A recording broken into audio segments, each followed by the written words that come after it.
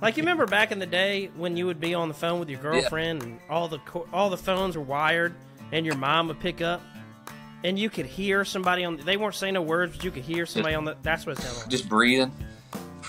Ah! Hang up.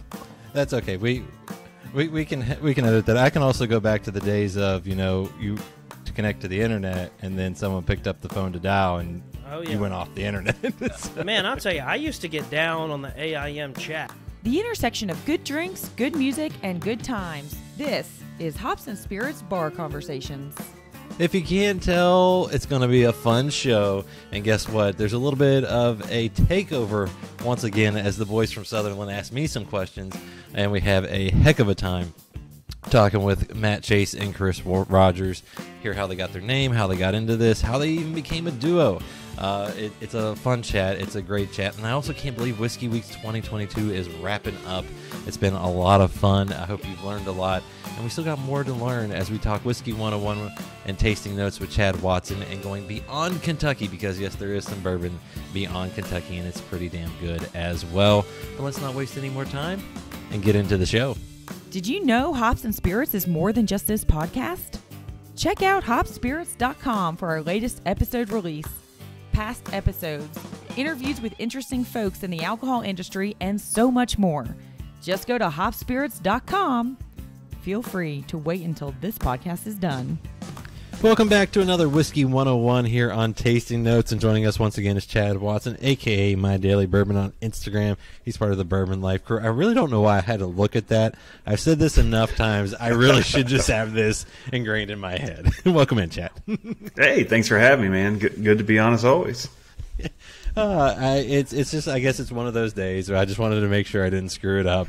But I'm glad you're joining us, and it's fun too. You're part of this is on Bar Conversations, and we're going to get into the last topic. But I also think it's fitting because I think you're right. You have some guitars that you just pull out and have some fun and do some music with on occasion, right? I was sitting here the other night and was. I don't play in a band anymore, but yeah, to my right, I do have some guitars, just kind of right now, just chilling. But it is a nice thing for the summertime. I used to just show up at bars and would just sit down with an acoustic guitar and just play. Sometimes, like I've been that guy who's like, hey, there's 4 people up on a stage or over in the corner. I'm just gonna go sit down with them and we'll play. I've not done that in a while. I need to start doing that again. There you go. Well, now you can get back out and have a little bit of fun, and we're going to have a little bit of fun because it is the last one of Whiskey Weeks 2022. Doesn't mean it's our last Whiskey 101, but at least for September, we're finishing it off with Bourbon Beyond Kentucky, because a lot of people think, oh, Kentucky, that's the only place bourbon's ever been made. Only place has to be made in Kentucky. Can't be made anywhere else. Only Kentucky. Which is not exactly true because, like yourself, I think I've had a few good pours made beyond our borders of Kentucky. Oh, yeah. Yep. What's funny is most of the stuff that people buy, or a lot of stuff people buy, is usually from Indiana or Tennessee, and they don't know it. But, Texas, I've been saying this for the last couple of years now, and I think it's finally hitting. Texas is going to be a big one. With Still Austin, Balcones, excuse me. I can't think of the other one. What's the other big one from Texas? Oh, I'm drawing a blank here. I had Still Austin, Balcones, and I don't know. I'm drawing a blank it's going to drive me nuts. But you got places like Grayson Grayson is a brand who takes all those distilleries and they blend it together. Fantastic stuff. Every time they post like, hey, we got a new batch, I always comment like 1,000 times when you send it to Kentucky because I don't care if it's not coming here. And Garrison Brothers. There you go. There's tons of stuff coming out of Texas. You've got Indiana. So, this is from Cardinal Spirits in Indiana, which they source from MGP. But, tons of fun stuff. Things like we were talking about off air, which is barrel bourbon, sourcing multiple states together. There's just a plethora. People just get this stigma in their head of it has to be Kentucky. Which these days Kentucky does make a large portion of the whiskey, but at one point in time, it was coming from Indiana and Ohio and without Maryland and Pennsylvania with rye, the production of rye whiskey, I mean, there might not even been a bourbon for a style of bourbon or whiskey for us to be drinking today, because at one point in time, that's all there was. It was all like the majority of it was coming from that area. Which is wild to think about, like you said, because nowadays so much is associated with Kentucky. But I also think, too, talking to a lot of folks, whether it's Ohio, Texas, say out in the Northwest, when a lot of these folks pull their grains from where they're from, and they get some unique flavors in their bourbons that really shine through and are really fun to try. Oh, absolutely. I mean, like Woodinville whiskey, you mentioned Northwest. Woodinville whiskey is one of those distilleries who you think in that climate it's not going to be, it's going to be a lot more youthful and grainy, but it's not. You go to Nevada with Freight Ranch. I mean, they are literally, they farm their own grains. They are farm to glass of their stuff. Even here in Kentucky, New Riff doesn't buy a lot of local stuff. I mean, they buy corn from a local farm, but they're going to buy the best grain they can. And most of your big guys are doing the same thing. I mean, because rye is not really a native Kentucky grain. It doesn't grow very well. Malted barley usually comes from your, Canada or up around that area. But a lot of the big guys have moved into just buying corn and grains from other areas, because it's just easier that way. So when you get into other states like Texas, like Starlight Distillery in Indiana or Nevada or Washington or wherever, those smaller people can't really afford to just go say, hey, we want to buy this corn from Europe because it is the best graded corn ever, and if we buy 50,000 metric tons of it, we can get it for a penny. They don't have the kind of money to do that with. So I mean, they're really breaking their backs to do this, in which we had a conversation previously on craft distilleries. And a lot of places, I think a lot of people look at brands outside of Kentucky as only as craft. And I think that's a bad way to look at it, because some of those distilleries have been around for a while. Like I mentioned earlier, Whistle Pig, they've got a good backing behind them. There's one in Virginia. And Ragged Branch, Virginia. They've been around for a while, but a lot of people they look at those brands outside Kentucky and they just think craft, and I think that's just a bad outlook to have.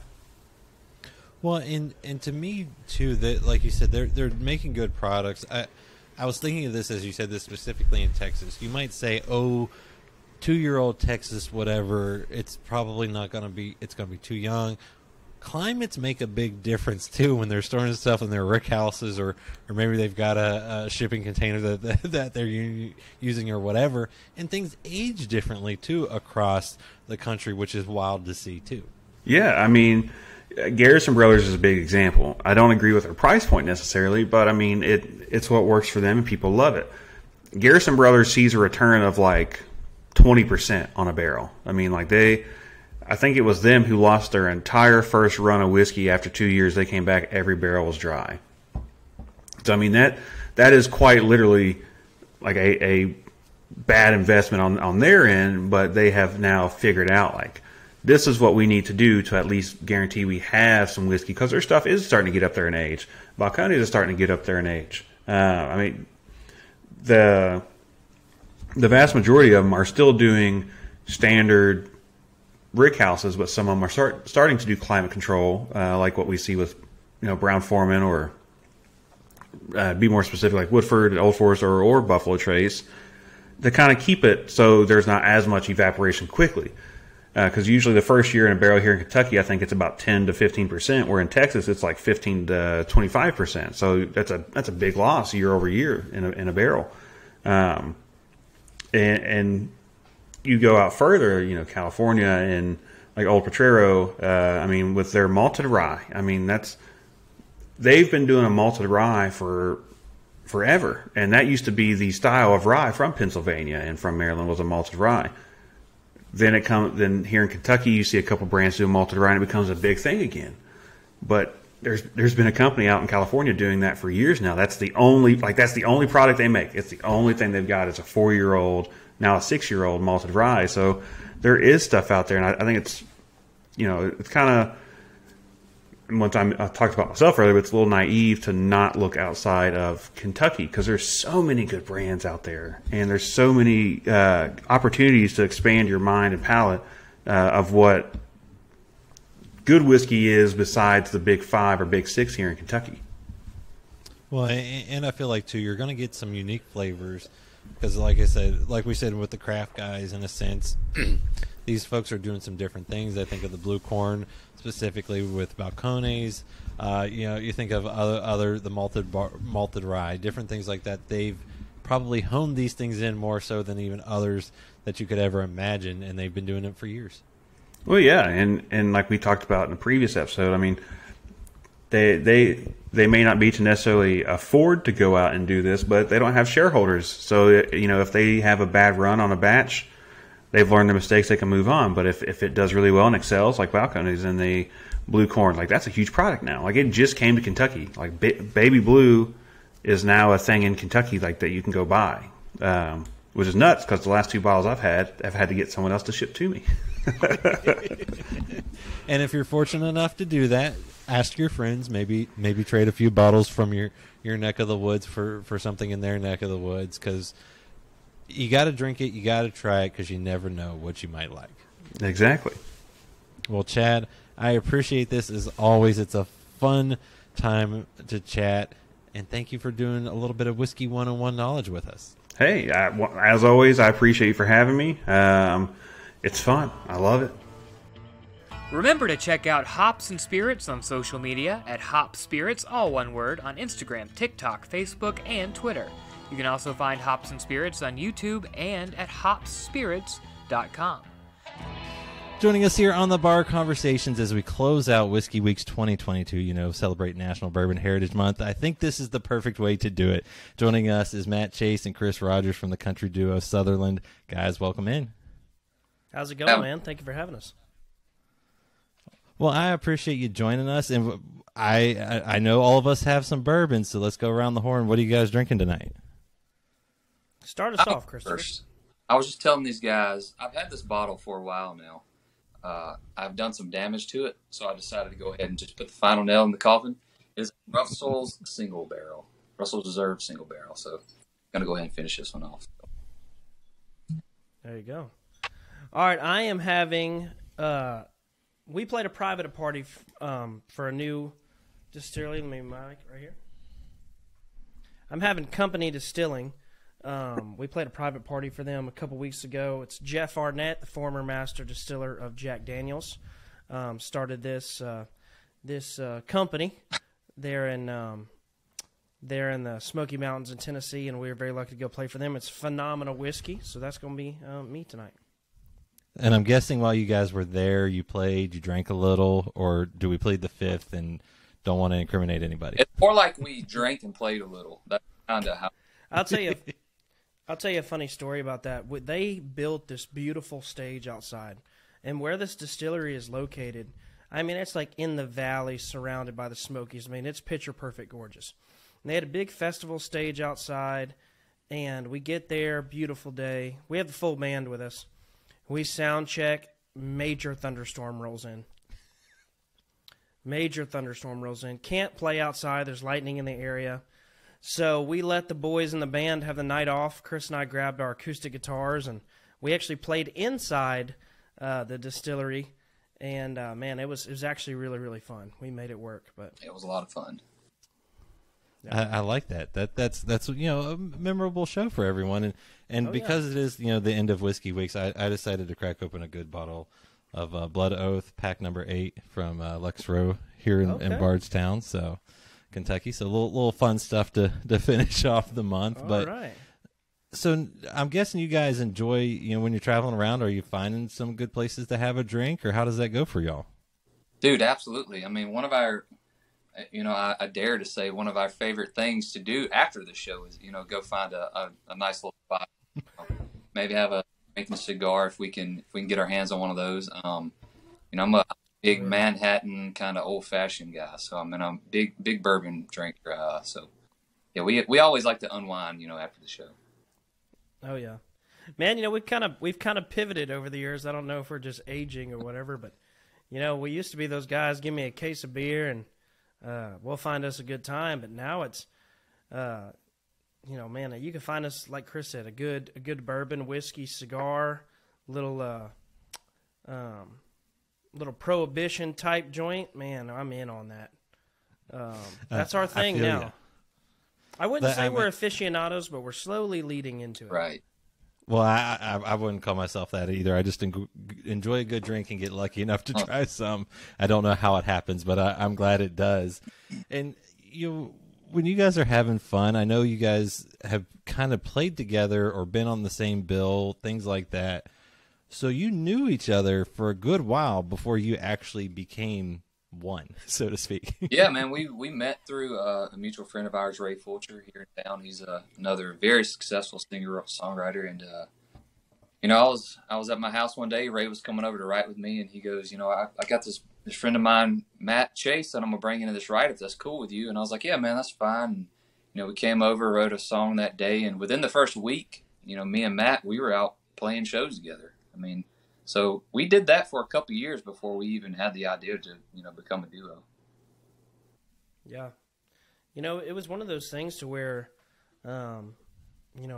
we were just two solo acts, pretty new to Nashville. And, you do what it takes to pay the bills. I mean, if you had a place for us to sit and wanted to hear some music, man, we played. We played everywhere under the sun. And it was kind of one of those things, I guess, looking back now, everybody saw us as a duo. We would get booked as a duo. Hey, if Matt comes, bring Chris. If Chris comes, bring Matt. And it was a duo just without the title of a duo, I guess. But we were fully functioning and operating as one business for as long as I can remember, And when did it become actually, the duo that you are now? Like, how did you just go, why are we not doing this together, like on paper, like for real? A lot of people in Nashville had kind of floated the idea to us over and over again. And every show we played, it was, hey, guys, y'all are great. What are y'all's names? And I'd be like, oh, Matt and Chris are like, no. What's the band name? And I'm like, oh, no, we're just two buddies. And it was kind of getting around town like, hey, y'all are a duo whether you know it or not, so you might as well just be a duo. And it kind of happened super organically. I remember we were coming back from a 2-day run, just he and I, solo acoustic shows. And on the way back to Nashville, we just kind of started talking about, like, hey, man, should we do this? Like, I don't know what this is. We don't have a name. I don't know what it could be. But we've been kind of given some opportunities to take the next steps in our career if we just kind of figure it out. And that's we were both on the same page, which was pretty crazy. There was no I don't think so. I mean, it was just like, hey, why not? Yeah, the biggest part about that was trying to figure out what we would be. What type of duo would we be?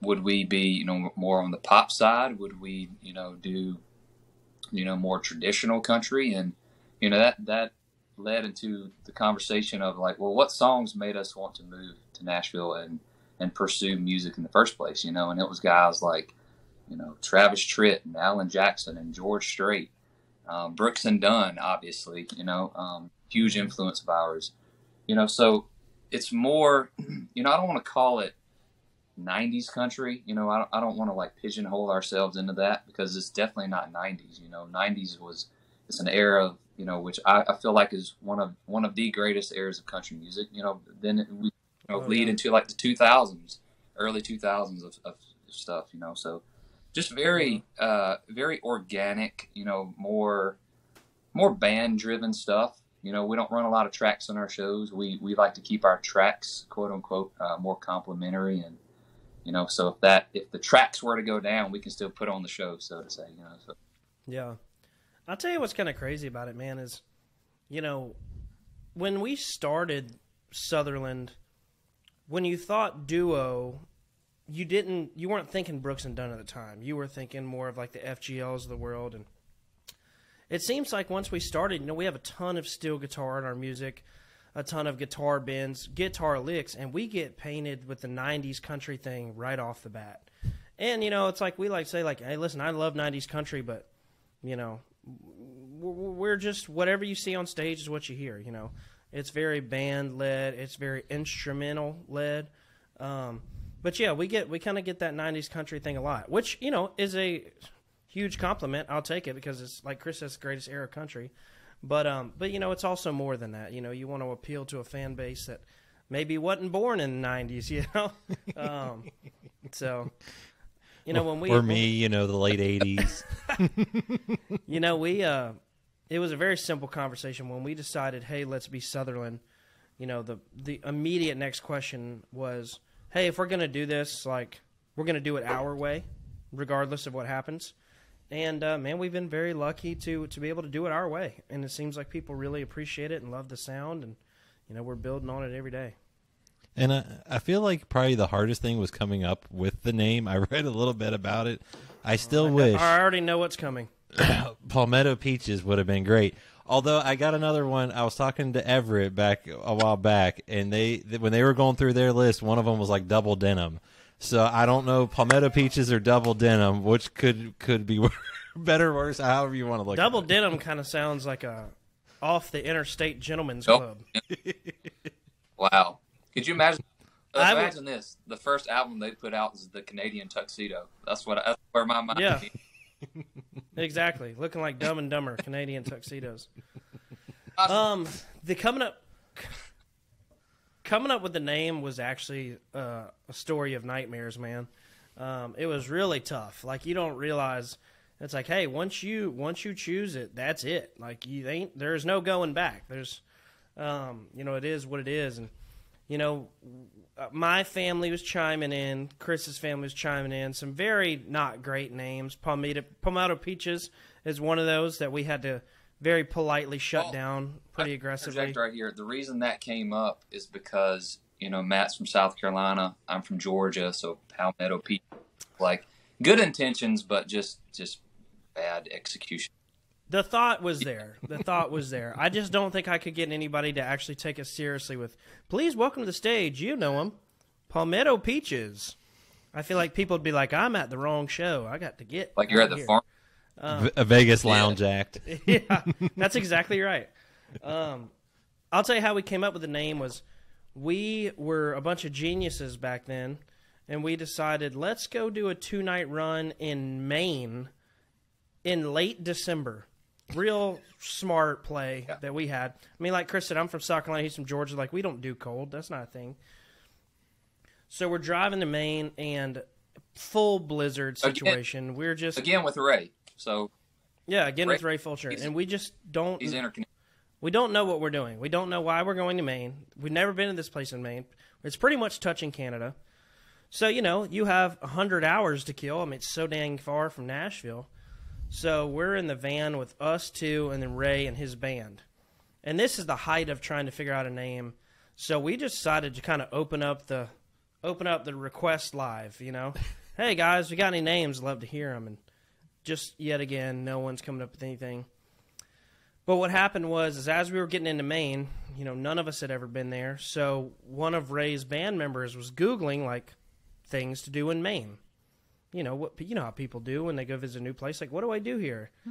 And, we're all kind of history buffs. He goes, man, this is really cool. He goes, and I get this wrong every time, so Chris is I can feel him ready to correct me because he does this every time. But there was, I'll let you take him here because I don't want to mess it up because this happens every thing. Well, it's a shipyard. Or it's called Bath Iron Works, and it is where the USS Southerland was built back in the day. So it was like I think it was a battleship, but some kind of naval ship that was built in Bath, Maine. It's called the USS Southerland, and he was just like reading off random facts about Maine. And dude, as soon as he said that, I mean, everybody in the van just kind of perked up. We're like, man, that's really cool. Like, I've never really heard that before. I never really considered that, but we were trying to. Tip the hat to South Carolina and Georgia and growing up in the South. So it just kind of played off the Southern land. So, not like a prolific story by any means, it's not like the gates of heaven opened up and we had this. But, it was just like it caught our ear, and it was just something different. Man, I was like, man, that sounds like a duo name that I could hang my hat on, and I could see it on the flyer, and I can see it on a sign, and I could sit here and tell you that it's not Palmetto Peaches and be proud of it. So. Yeah, it was kind of like when you know. Now we have been through the ringer since. We get Southerland quite a bit. We get Southerland, regardless if there's the N or not. People just want to say Southerland. But you know what? It's one of those names. It's like Chris said. It's more than a name. It's a brand. When people go to hear your music, that's the first thing they're looking at. What is this? And yeah, that's how we came up with our world-altering name. So, here we are. Well, it seems fitting with just how everything worked. You guys weren't, everyone called you a duo to begin with, and then someone else kind of came up with the name. It seems like as we've been talking about it, my mind has been just drifting back to the days of the names that we were given. There was another one that was real high on the list that was really kind of put on us for a while. It was called Chase and Rogers. Oh, yeah. It was Chase and Rogers, but when you say it, it sounds like Chasin' Rogers. So it sounds like I'm chasing Chris all around the town. So we were like, we can't do the Chase and Rogers thing. Brooks and Dunn's got it going on. We can't. It's natural to do the last name thing, and Brooks and Dunn, that just rolls off the tongue. But Chase and Rogers. And then you flip it like Rogers and Chase. Well, that just sounds like a real bad musician or magician duo. So we got to where we needed to go. Eventually. Some things just work out, and I know as you guys are putting out some new music, and we'll touch on that here in a second. But I also want to say to Matt, congrats on the engagement. I know it's been a little while, but congrats on that. How's that going? Man, it's great. It is full force around here. We have a house together now. We're getting a little red golden retriever dog this weekend. We're just going full. We're going full life around here, man. No, but seriously, she's incredible. I say this. We have a song of ours called "World Without You," and I say this before the song was like a talking point. There was a period in my time, and Chris can kind of attest to this, where settling down wasn't on the radar. It was the honky tonk lifestyle, man. Speaking of bourbon whiskey, there was a lot of that going on, and it was just one of those things where I was so focused on wanting to be a musician that like, hey, I can't find love. Like that's going to take away from the dream.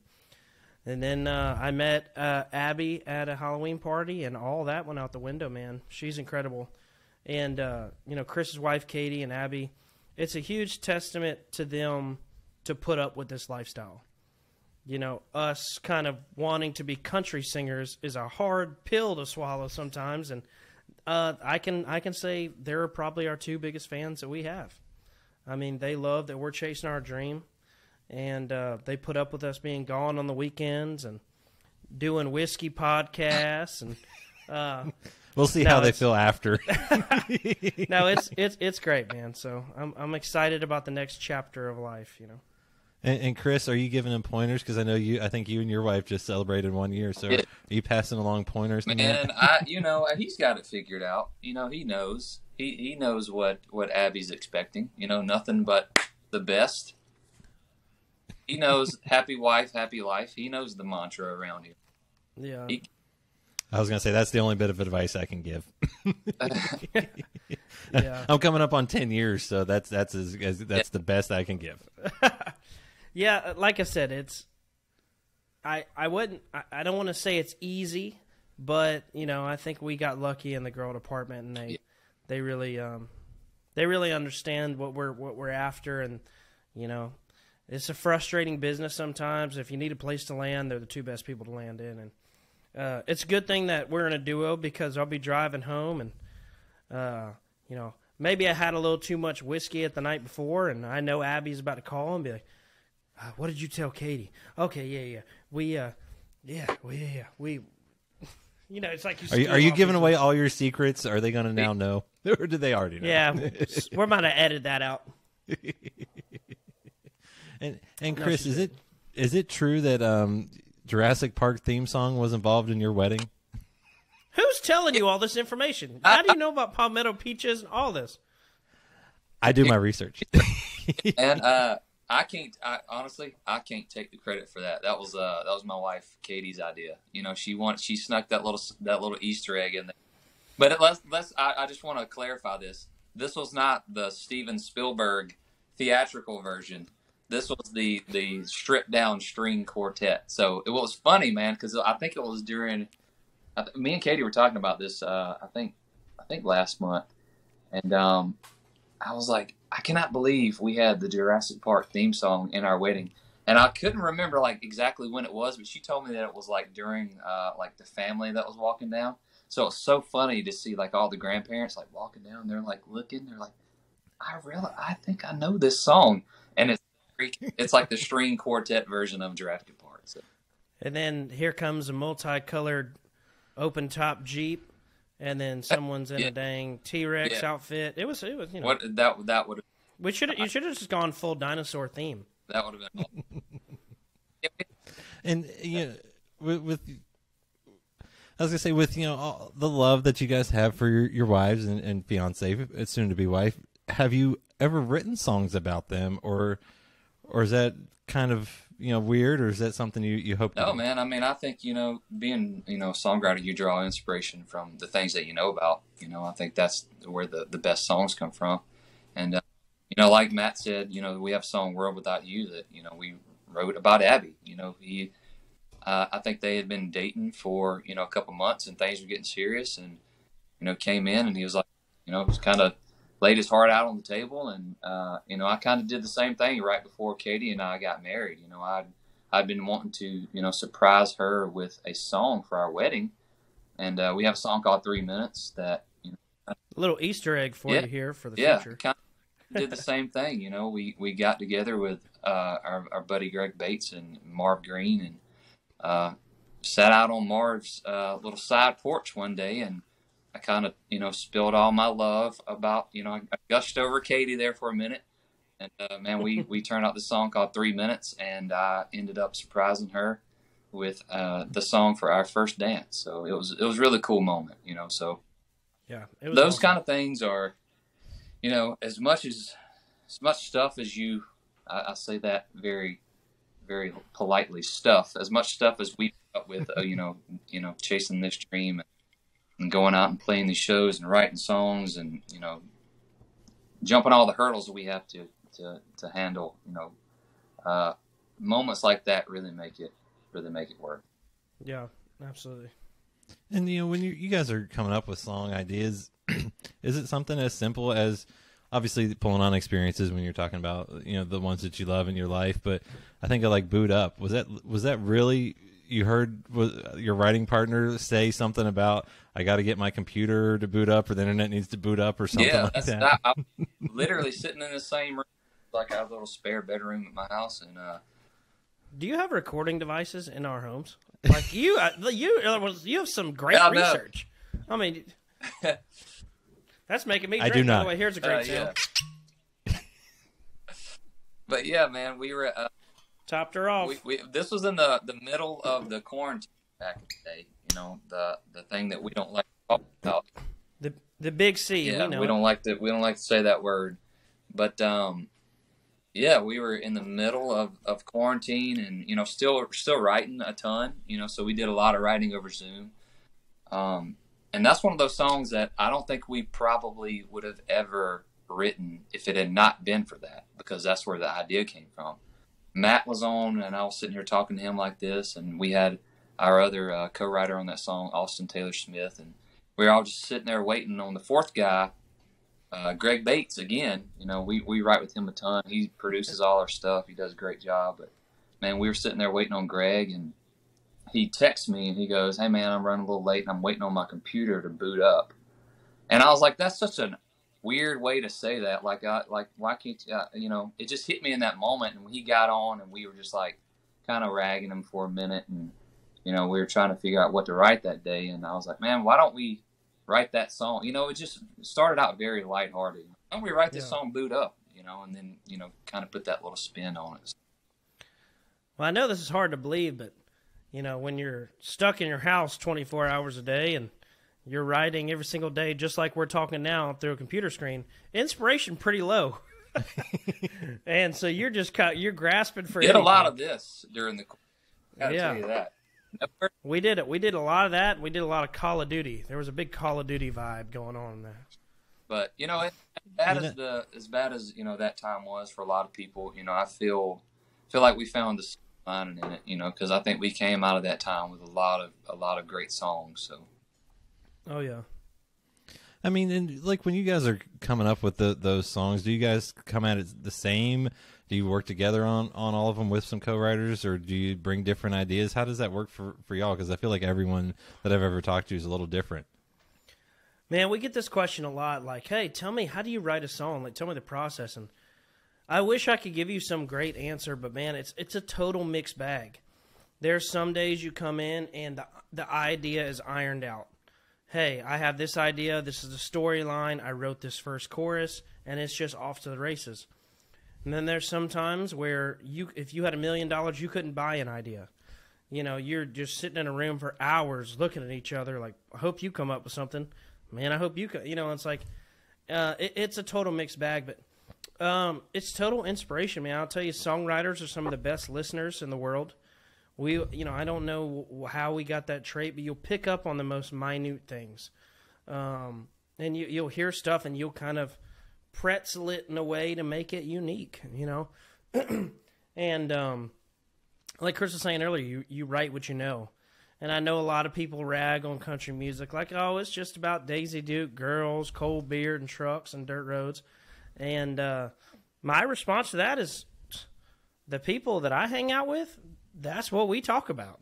Tailgates, girls, Daisy Dukes, and trucks and dirt. You know, that's the lifestyle. And, you know, we still try and be a little clever. But, man, you just kind of write the story. And I will tell you, 99.9% of the songs we write are terrible. And then occasionally you'll just get a stroke of genius and, you know, not in a cheesy way, but you hope as a songwriter, as an artist, something that starts simply as a empty computer screen or an empty white piece of paper could potentially change somebody's life. And there's something really cool about that. And the tough part is you're trying to write a novel in 3.5 minutes, you know. So, but that's also the fun part, you know. I can't imagine why that's difficult. That doesn't seem difficult at all. Nah, anybody can do it, man. The crazy thing about songwriting is we talk about this all the time because we'll sit in the room sometimes and you'll beat your head against the wall for 3 hours and walk out of there empty-handed. And you can get down on yourself real quick, but man, if you got the right idea. It sounded like somebody picked up the phone. Really? It kind of did. Like, you remember back in the day when you would be on the phone with your girlfriend and all the phones were wired and your mom would pick up and you could hear somebody they weren't saying no words, but you could hear somebody that's what it sounded like. Just breathing. Ah! Hang up the phone. That's okay. We can edit that. I can also go back to the days of, you know, you to connect to the internet and then someone picked up the phone to dial and you went off the internet. So. Man, I'll tell you, I used to get down on the AIM chat. You remember that? The AIM chat board or whatever. It's like it was text messaging before text was cool. Those we might be dating ourselves a little bit on that. Matter of fact, let's edit that out. Let's just talk about TikTok. Yeah, but you know, when you guys are coming up with songs and stuff, I mean, how cool was it to do? I think it was along those lines, talking about where you guys grew up and things like that. And I'm guessing that those areas had a big impact on you too. Yeah, huge. You know, I say this in the show as well as, you know, when Chris and I met, you know, like I said, the first week we met, we played our first show together that weekend, and it was one of those things like me growing up outside of Charleston, South Carolina, and him in a little town in Georgia. Even though those are hundreds and hundreds of miles away from each other, it sounded like he grew up down the street, like 5 doors down. And so it was just, we kind of talked about that idea, and we're like, man, it doesn't matter where you're from or what your street or cul-de-sac look like. You know, we all grew up very similar. And once we started talking about like, oh, I did this, I did that, he's like, oh, I did this and I did that, and it was all the same stuff. And and that's the title of the song is, if you grow up in a town like mine, it's probably something along those lines, And yeah, that one just kind of happened, man. That one just kind of fell out, and that's still one of my favorite songs that we've been a part of writing. And then, as you guys are putting out some new music, you got a new single, Underpaid and Overserved. I'm guessing I can figure out the inspiration for that one. Yeah. So Matt sums this one up pretty well. There again, he's talked about, we weren't always lucky enough to call songwriting and going out on the weekends and playing these shows our job. We had real jobs at one point, and we're just kind of tipping the hat to all those folks that work those 9 to 5s and put in their 40 hours, and they don't always get the light shined on them. They don't always stay in the spotlight and get recognition. Yeah. They're out there working hard, getting underpaid for it, so they like to go out and have a little fun on the weekends. Yeah, exactly. Serve. So I like it. And then even down the road, I mean, I know that's a different vibe, but I'm guessing that was a fun one to kind of write and just have a good time with. So like going back to, during the quarantine, I mean, that's another song that we wrote over Zoom because, we were sitting around the house all the time, like we were saying, and man, we were just missing being able to gather around with everybody, be with our friends and get with the band, go out and play shows and meet people and hang out and just get back to normal life, so to speak, so we kind of channeled that energy and put it into Down the Road, and we just wanted it to be one of those like fun, roll the window down, crank up the radio songs. So I think we kind of nailed that one. I mean, the first line of that song kind of set the stage. It's nothing like the sound of good years on the ground, a good one on the radio when you lay that hammer down. And you don't realize how amazing that feeling is until you're not doing it, Yeah. And that another one, it's just kind of fell out in the right. So, and I can see we're all at the very tail end of our drinks too. I saw you got another pour. I poured me a new one. Trouble though. That's what I was saying. I only had about. If I go through the rest of this bottle, I'm not waking up tomorrow to go to my day job. So wait, run that bottle by me one more time. What was that? So it's called Blood Oath, pack number 8. It's from Lux Row. They do a release every year, and it's the master distiller will not tell you what is in it. They'll tell you a little bit about it, but not where he got it from. And he says it because you wouldn't believe it if he did. And then they finish it in something like this one is in Calvados casks, which I'd have to read the tiny print that I don't want to at the moment to tell you what that is off the bat. But it's fun stuff, and dude, that's what it comes in a fancy box. Oh, there you go. That's awesome. This is what's interesting about bourbon and whiskey to me. That was like all the little nuances, because like Company, I know they're finished in a maple, right, Matt? Is that yeah. Yep. So it's got that finished with maple. Yeah, so it's got that sweeter, kind of finish on it. So it's I don't know. I get into craft beer because of those same reasons. You can find all different kind of little niche markets of everything. So. Well, I think, like I said, I'm pretty new, relatively new to the whiskey bourbon world. Now I've kind of got a problem because everywhere we go, I got to buy a bottle and what have you. But I don't know, man. I guess once you learn about it and you really kind of understand, like, listen, you don't even know, these distillers don't even know if their product's good for years and years, but they invest their whole lives into it. That's crazy. It's a crazy thing to think about. And, yeah, I mean, just a quick story about us. A couple years ago, we would do a guys trip every year. And what we would do is we would get in a van, a little 15-passenger van. There'd probably be 12 of us. And we would go to Jack Daniels every year. We didn't do nothing about whiskey bourbon, didn't care, didn't know what they We had a driver. We had a driver. You were responsible. You drove responsibly. We did. We would go there and we would just tear Jack Daniels up. Like, we'd just get in there and we'd be trying to sample everything. And now looking back on it, I was like, man, if only I knew what I knew now, I'd probably wear that tour guide out, because I'd be asking all kinds of questions. But we've been very lucky to make a lot of friends and relationships in the whiskey bourbon world now. So we're slowly becoming like I see myself being that guy that has the big cabinet of whiskey bourbon, and people are like, you gonna drink that? I'm like, nah, I don't think so. Like, this is just a nostalgia. But you gotta open it. Well, maybe not all of them. Some of them you can save for the right time, but you gotta enjoy it. Well, let me tell you this. I'm drinking it. I'll never be one of those guys that collects whiskey just to have it, or cars. It's either got to be drank or it's got to be driven. Those are my rules right there. Well, I'm over here talking a big game. I still haven't met a bottle of bourbon or whiskey that I haven't opened yet. So. Well, if you keep up down the road though of buying bottles, is Abby gonna eventually say no? Probably, because I'm running out of space and I've been told no. So. Probably. Yeah, probably.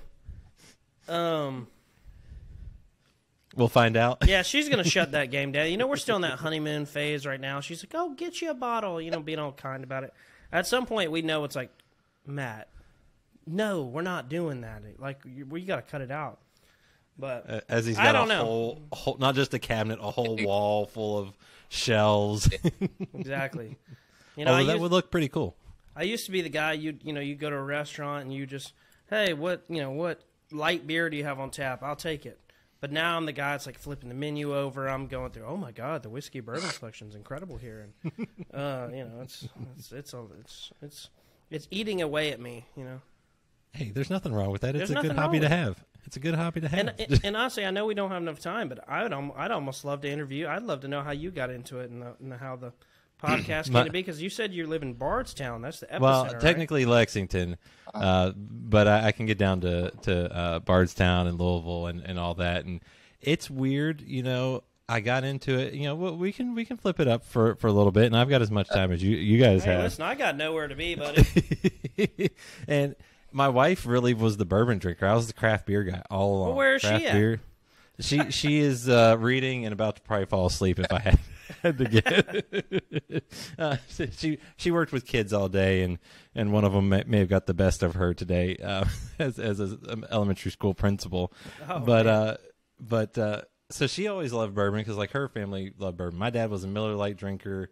That's all I really knew until I kind of met her, and then once we moved over here, I didn't love like barrel aged beer. Didn't love anything like that.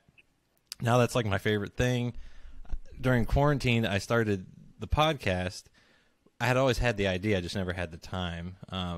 And I was like, well, I got time now. And 100 and some odd episodes later of doing it, it's morphed into this, where I'm sharing drinks with people that are fun to talk to, because I'm not good enough to actually ask all these master distillers questions. Like I don't know the nuances. I don't taste it and get butterscotch and maple breeze and all of that. I'm not at that level. No, I don't know if I ever will be. All the notes and whatever. I can go, oh, that's fruity. That's I like the taste of that. I like I get some of those notes. I can tell you if it's awful. Can tell you that.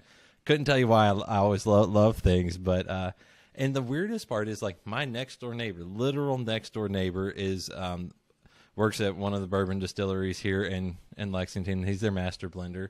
One of the friends I've gotten to know, his wife is the single barrel program lead out at Buffalo Trace in Frankfurt.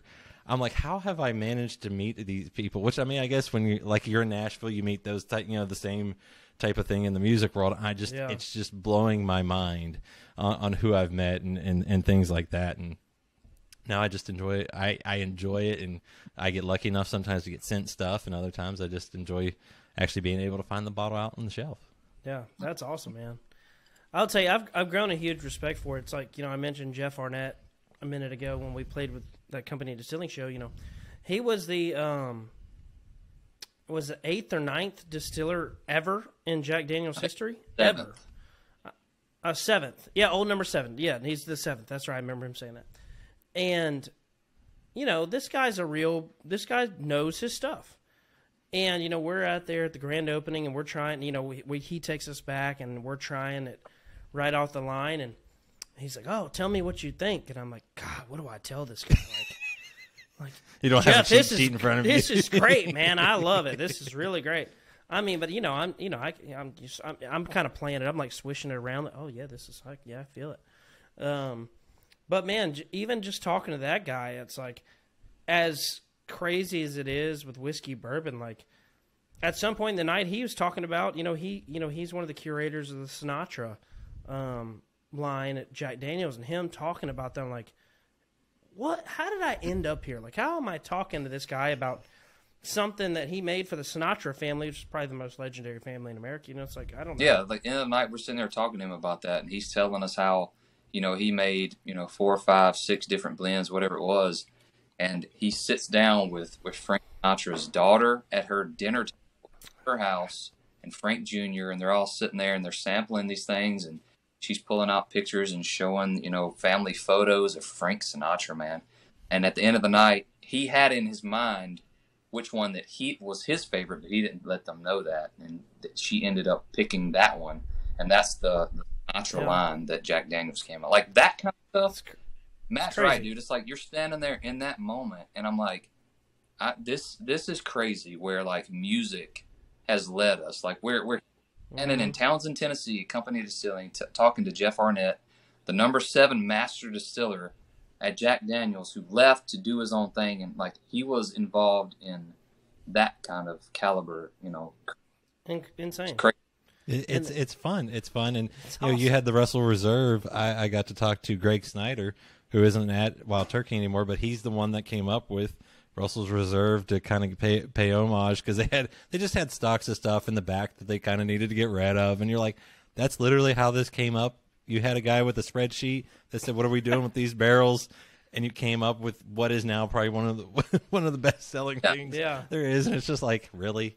But I mean, at the end of the day, that's kind of what you guys do. You come up with ideas, you write them down. Next thing you know, they're a big hit. It's crazy. I think it's the same concept, man. These distillers and these companies, they start with nothing, but all they start with is an idea, and it's an experimentation process. A little bit of this, a little bit of that. Take that out, put this in, and then see what comes out the other side. And that's the music business right there.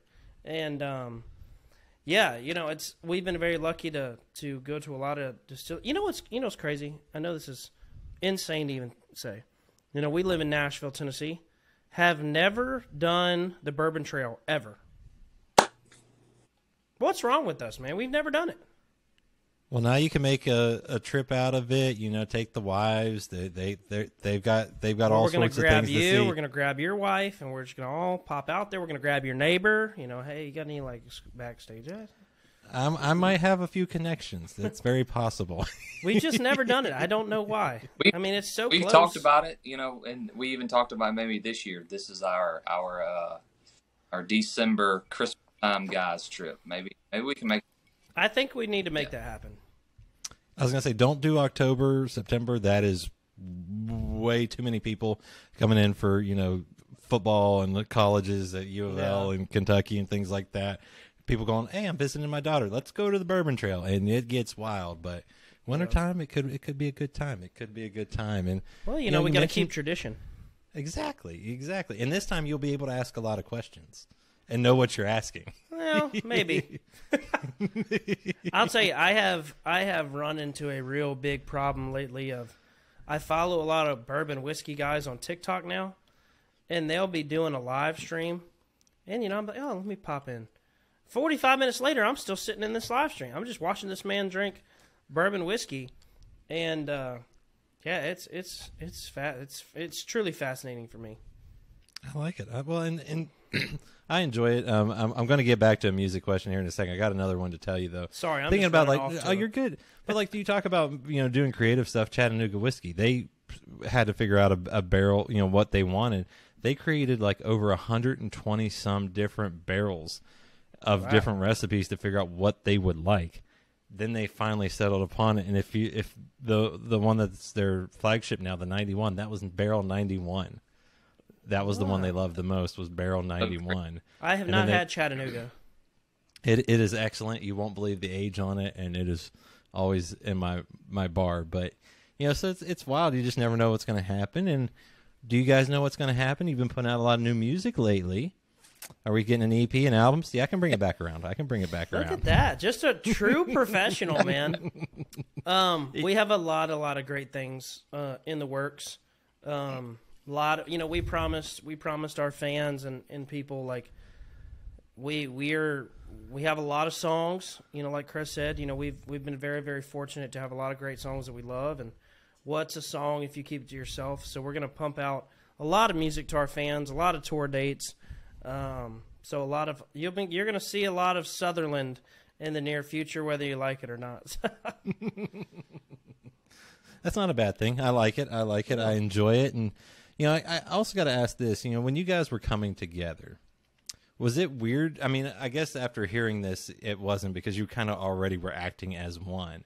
But was it weird to kind of all of a sudden for sure be a duo? And was there any weird diplomatic process during all of this?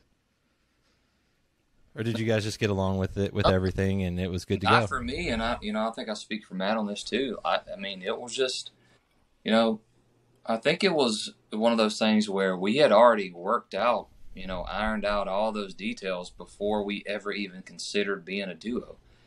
We were out playing shows, and it was never like neither one of us ever had like an ego about anything. It was, it's always been about the music for us.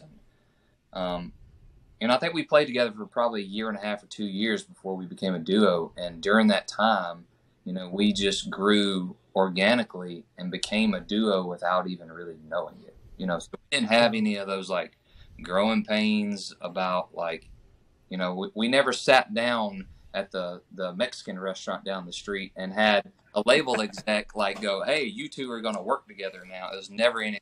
Yeah. It was the most organic way that I think it could have possibly happened. And we were buddies first, and the music just came separate second. Yeah. And we were on the same page about that from day one. So I'll tell you what's crazy, when people find out that we are a duo, it's almost immediate, like, oh, that's incredible. Do y'all actually get along, or is it just like all a show? And I'm like, we have literally never fought, argued, or really had any disagreements about anything, and which is crazy to think. You put two CEOs in a business, you'd think there'd be some sort of conflict. We don't. We kind of got lucky where our vision, our love of music, and our love of the certain type of music, and just our lifestyles in general are very similar.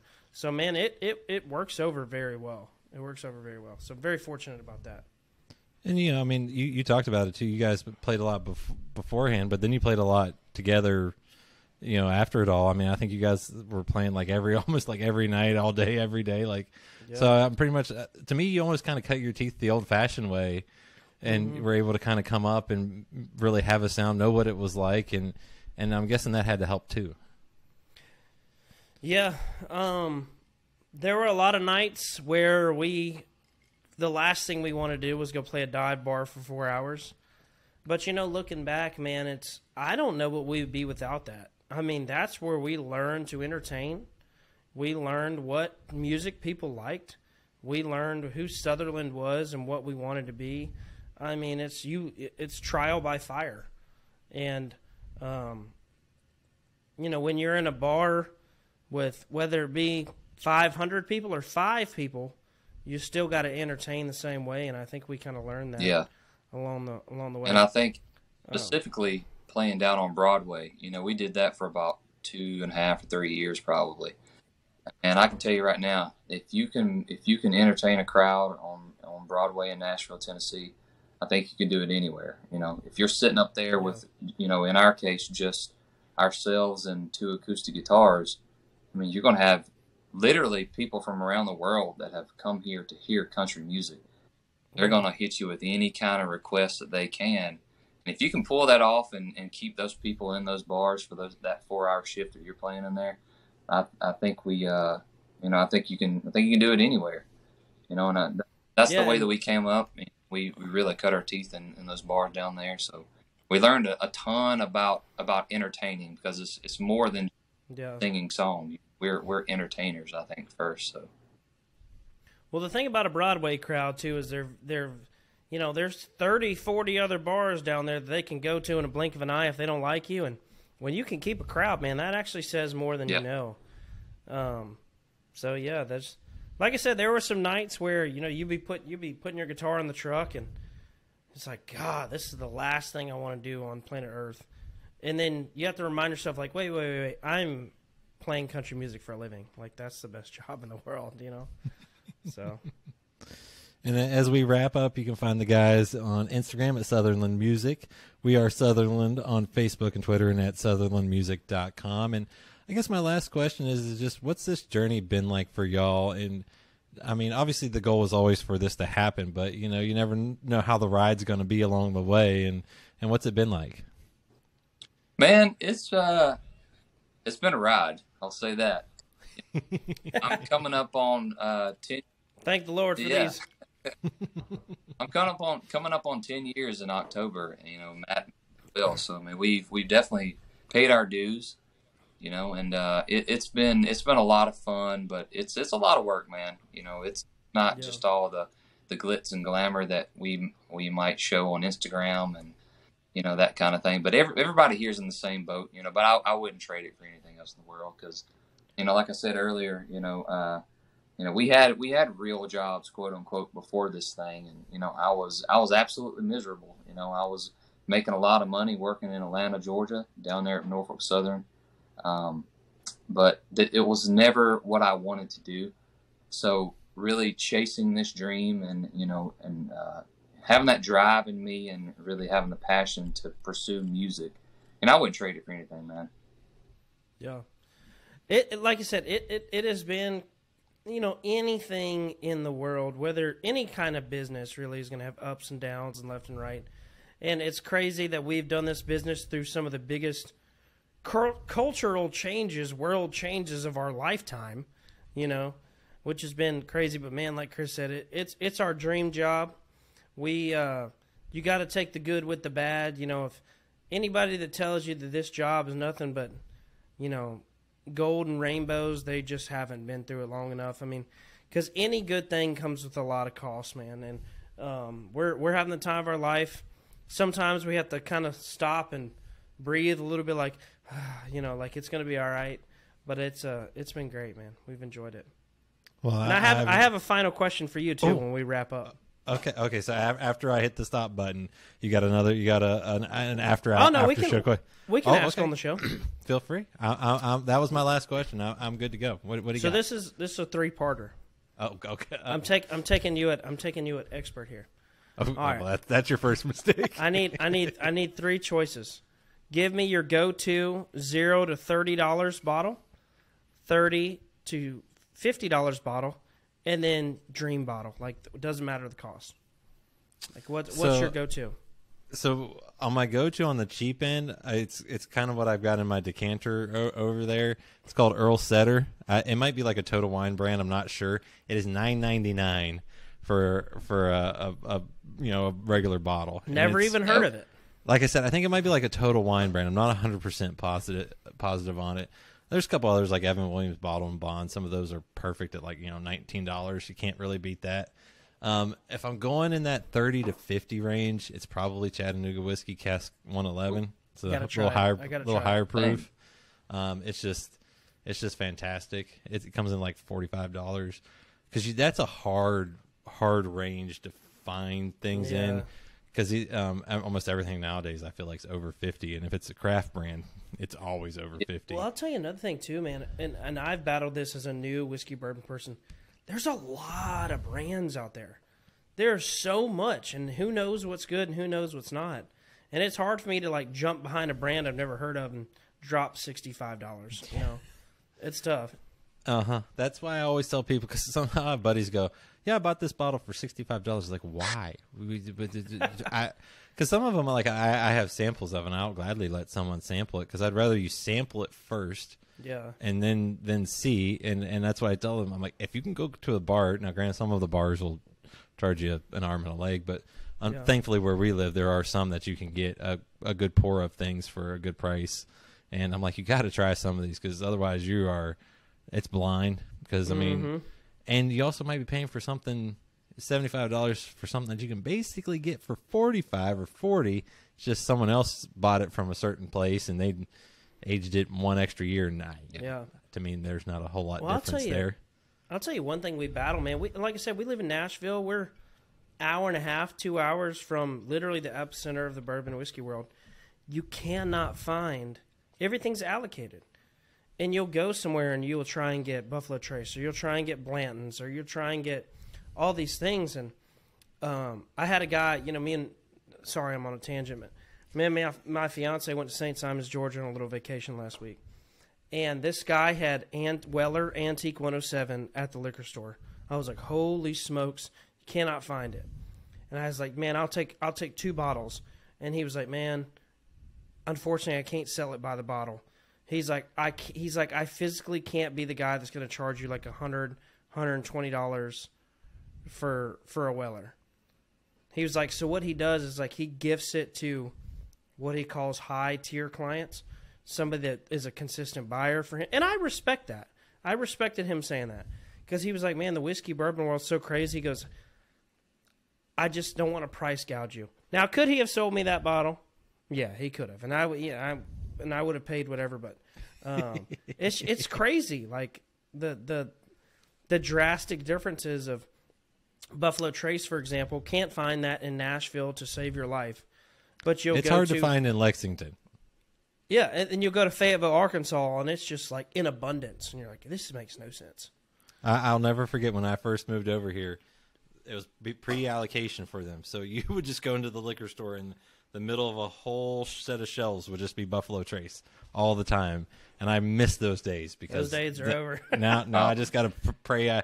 My little local guy will post that they've got it in, and I'll swing by once, and then I'll swing by twice, and then I'm good for a little while because you just never know when stuff's coming in, and it's wild. And to answer that third part, I really don't know, and I'll be honest.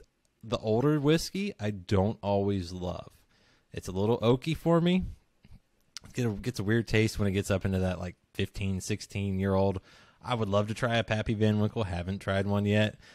But I've had I've had some older ones from some places, and they're not always my favorite. I guess there's this magical number of like 9, 10, 11, 12 years that is kind of like the sweet spot for me before it gets a little too oaky. So I don't know if I've got a good answer on that, but I do love if you're going higher price point, like maybe around $100, some barrel bourbon out of Louisville.